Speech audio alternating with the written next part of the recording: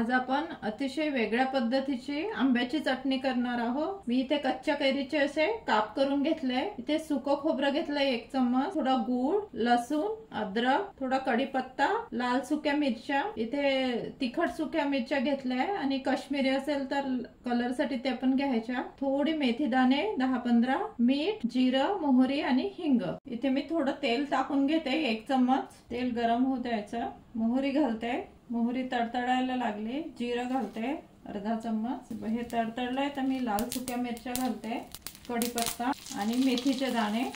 याला जळू द्यायचं नाही, गॅस बंद करते। खोबऱ्याचे तुकडे असले तर घालू शकता, इथे माझ्याकडे सुकं खोबरं आहे, किसलेलं आहे म्हणून मी ते घालते। याला व्यवस्थित परतून घ्यायचं। बघा मिरची पण परतल्या गेली, खोबरं पण।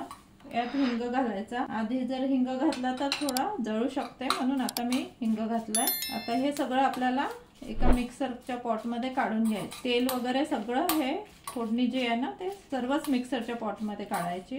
हे बघा हे सगळे फोडणी मी तेल वगैरे सगळं मिक्सरच्या पॉट मध्ये काढून घेतलंय। आता इथे मी 2 तिखट मिरच्या घेतलेल्या चांगला कलर यायसाठी, आणि इथे मी काश्मीरी लाल मिरची घालते। आपले आंब्याचे काप, इथे मी एक छोटा आंबा घेतलाय। तिखट तुम्ही थोडा कमी जास्त करू शकता। गूळ घालायचा आणि लसूण आणि अद्रक आणि मीठ घालायचं। आता हे मिक्सरला छान जाडसर असं वाटून घ्यायचं। अशा प्रकारे मी सगळं मिक्सरला छान वाटून घेतलंय। आपली चटपटी चटकदार अशी कच्च्या कैरीची चटणी तयार आहे।